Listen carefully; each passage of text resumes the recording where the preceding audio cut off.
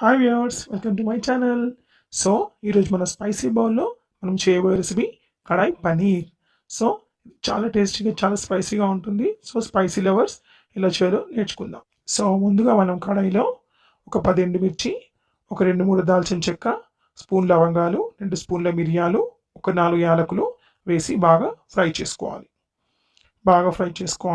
మంచి కలర్ వచ్చే వరకు వేపుకోవాలి. ఇప్పుడు కొంచెం సాజీరా వేసుకొని మళ్ళీ కాసేపు ఫ్రై చేసుకోవాలి. ముందుగా వేస్తే మాడిపోతుంది కాబట్టి సో ఇది లాస్ట్లో వేసుకొని బాగా ఫ్రై చేసుకోవాలి. సో ఇలా ఫ్రై చేసుకున్నాక ఇందులో ఒక 5 వెల్లుల్లి రెబ్బలు వేసుకొని బాగా బరకగా మిక్సీ పట్టుకోవాలి. ఎక్కువ మెత్తగా చేయొద్దు, కొంచెం బరకగానే ఉండాలి. సో ఇప్పుడు మనం కట్ చేసుకున్న పన్నీర్ ముక్కల్లో ఒక 1/2 కప్ పెరుగు వేసుకోవాలి. సో మనం బరకగా గ్రైండ్ చేసుకున్న పౌడర్ ఒక 1/2 స్పూన్ వేసుకోవాలి. కొద్దిగా పసుపు, ఒక 1/2 స్పూన్ కారం, కొద్దిగా ఉప్పు చూసుకొని వేసుకోవాలి. సో దీన్ని బాగా మనం మ్యారినేట్ చేసుకుందాం. సో ఇలా మ్యారినేట్ చేసి కాసేపు పక్కన ఉంచుకోవాలి.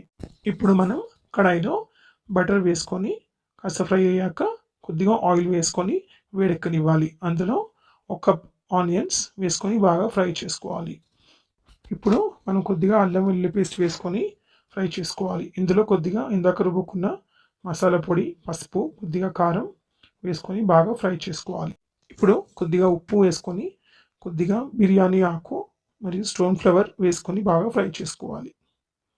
సో ఇలా బ్రౌన్ కలర్గా మారిన తర్వాత మనం మ్యారినేట్ చేసుకున్న పన్నీర్ని ఇందులో వేసుకోవాలి.